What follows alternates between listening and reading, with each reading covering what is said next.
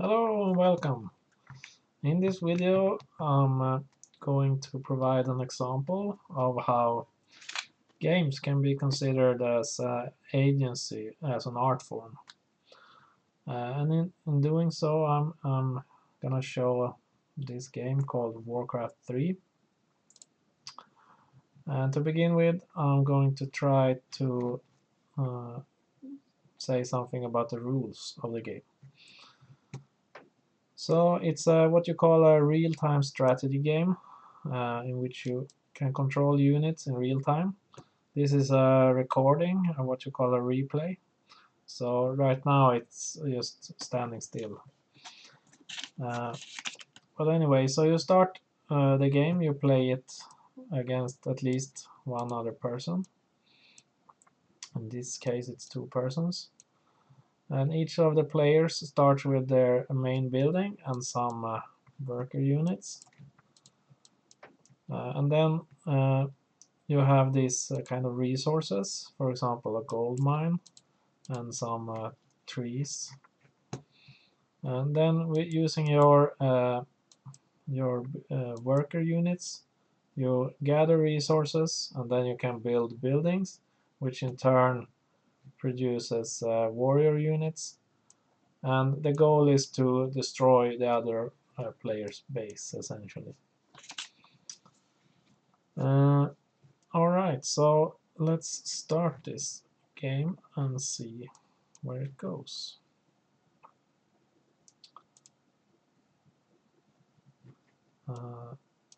So we can see here he's this blue player. He's playing as the Night Elves. He starts directly by building some buildings. And this brown player here, it's me. I start directly by sending away my villagers towards his base. And as you can see, the blue player is building even more buildings. This is a building that creates units later on. Meanwhile, I'm creating some buildings. I've started to gather resources. Now my workers are arriving in his base, and they start to build these towers that I will eventually use to attack my opponent's buildings. Now you can see he has a finished building in which he starts to train a unit.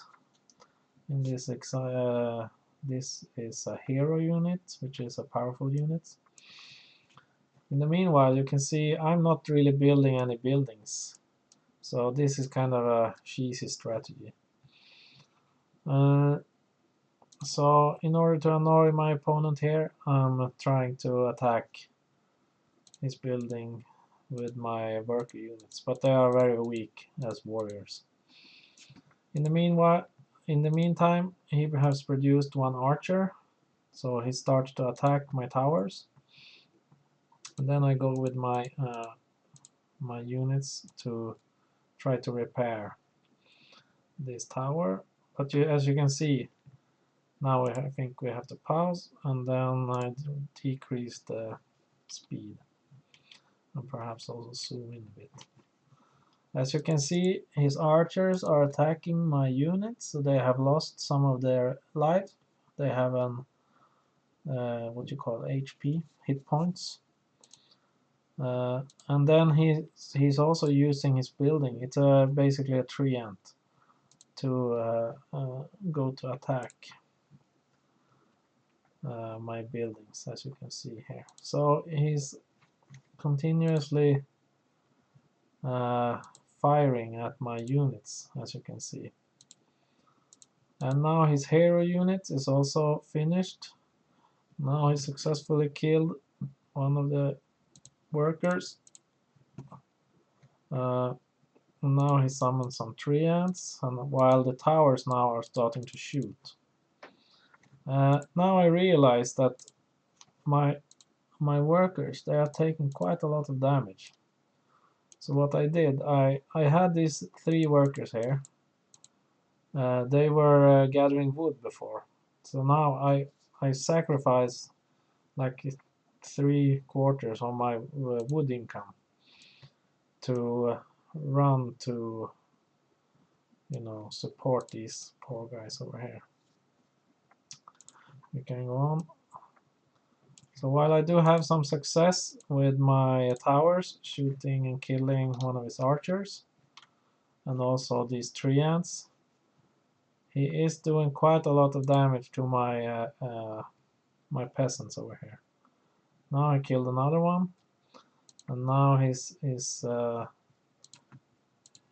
hitting this tower here, which is taking quite a lot of damage. But as you can see, it's really quite difficult to see. I have a unit behind it that is repairing.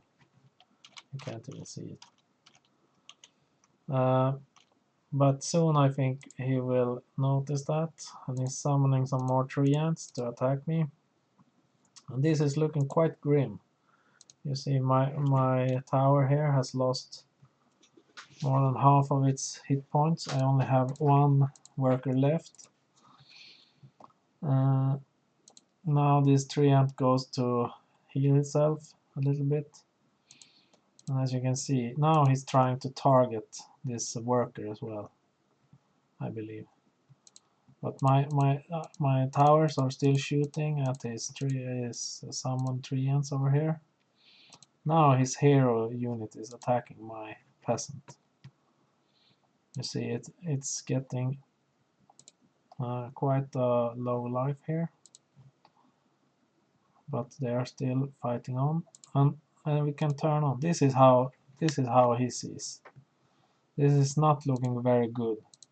My peasant here is lost half his life, and my tower is lost 90% of its life.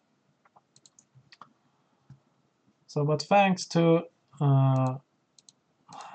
that I noticed this, I'm now sending in the units who now turn from their militia form into peasant form and can immediately start to repair.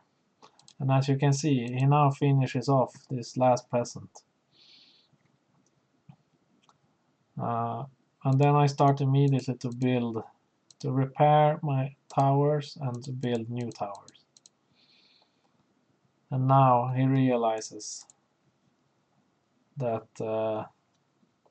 since the cavalry has arrived, so to say, he realized that this is not gonna work, and he admits defeat and leaves the game.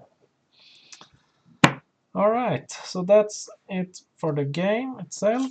It's a quite short match. It's only 3 minutes long. Normally these matches could be 15 minutes or 1 hour, or in large multiplayer maps it could be a few hours. Alright, so what do we have here in terms of philosophy then? I have read this book called by Thi Nguyen called Games, Agency as Art, and in a chapter here he talks about, in chapter 5, he talks about what he calls a harmony of action. And he says, when you time a jump just so in Super Mario Brothers, like when you do an action that is in harmony with the requirements of the game. He writes, you're experiencing your agency and action fitting the demands of the environment. He writes, so in this example then, the demands of the environment is the enemy here is, starting to beat upon your base. So the enemy is pushing really hard, a high demand on you to defend yourself. He writes, you experience not only the fit between the obstacle and the solution, but the fit between the obstacle and yourself as the originator of those solutions. So if we restart the replay like this, and then we increase the speed. So we go we go to this moment over here. Now I realize my workers are taking damage, and I have over here in my base I have 4 workers gathering wood.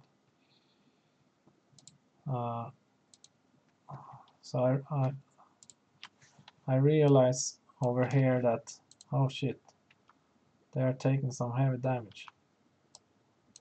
Let's see.